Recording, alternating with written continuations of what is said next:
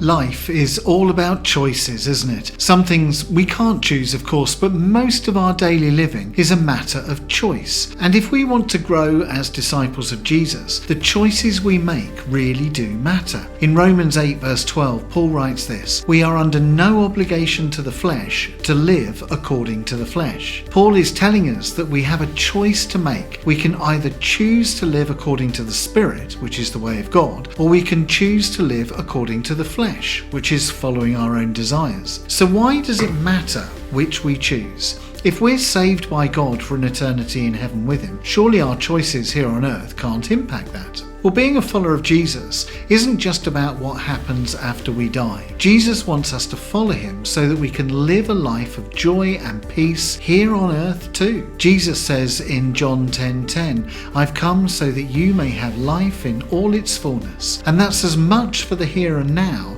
as it is for all eternity. When we choose to follow Jesus and choose for God in our daily decisions, we are choosing life in all its fullness. But when we choose to do things contrary to the way of God, we're choosing a sort of spiritual death. When we choose to respond to people with anger or jealousy, or to ignore people in need, or not to spend some time each day with God, then in a sense we are choosing moments of spiritual death and not life in all its fullness. But Paul also says in Romans 8, "If by the Spirit you put to death the deeds of the body, you will live." For Paul, there is an obligation on us to put some effort into our way of living as followers of Jesus and to make the right choices so that we can enjoy life in the here and now. The choices we make each day really do matter. They matter for the people around us, of course, but they also matter for our own relationship with God. We want to live a life that is pleasing to God, to reflect His love for the world in how we behave, and to enjoy life to the max. And the extent to which that becomes a daily reality for us